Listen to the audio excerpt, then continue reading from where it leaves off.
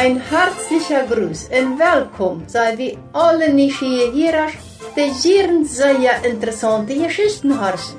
Wir wünschen Ihnen viel Freude beim Zuhören.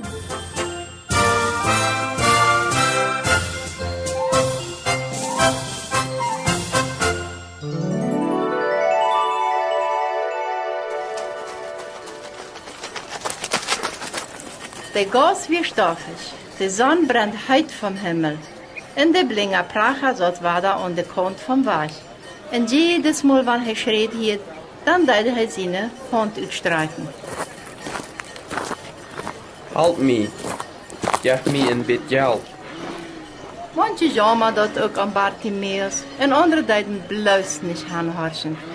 Einen Tag schien das so, als wenn alle Menschen von der Stadt Jericho überdeelt wären. Was ist hier los? Jesus, Gott sein Sehen kommt hier vorbei. Er läuft alle Menschen und hat auch alle viele kranke Menschen gesund gemacht. Und sogar auch all die Menschen werden abgeweiht.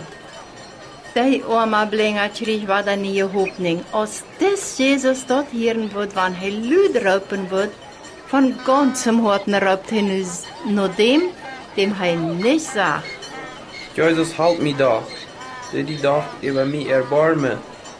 Einzige, was dort heden, den sich darüber und dreif den Bartimeus. Sie still und verschwing hier, sonst war wie. Ist dort verboten, Jesus zu raupen? Nee. Bartimeus deed auch nicht nur horchen, was die Menschen zu ihm sein deiden. Er deed bloß noch Lüder schrien. Herr Jesus, halt mich da. Jesus hielt dort immer, wenn wir raupen. Er hielt dort auch, wenn du beten lässt. Die Bibel sagt uns, dass er stehen bleibt und die Menschen anstellen deed. Bring den blinden Mann nach mir. Und dann stand Bartimeus vor Gott seinem Sehen. Er kann ihm nicht sein, aber er feilt sich so gut, als er dicht bei Jesus wäre. Er hielt die freundliche Stimme von Jesus. Bartimeus, was weißt du von mir? Was soll ich für dich tun? Bartimeus braucht nicht lang nachdenken. Seine ratste Not Möglichkeit zu einem Gebet. Herr, ich will wahre Säunen kennen.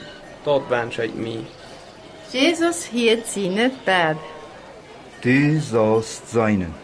Willst du an mir geglaubt hast, merke ich dir gesund.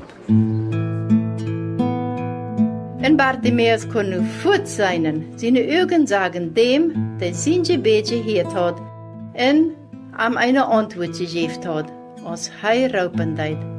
Über alle Muten leidlich bedankt er sich und ging von nun an immer mit dem Herrn Jesus. In der Bibel sagt Gott zu dir: Raub mich an in der Not, so will ich dir raten, und du sollst mir danken.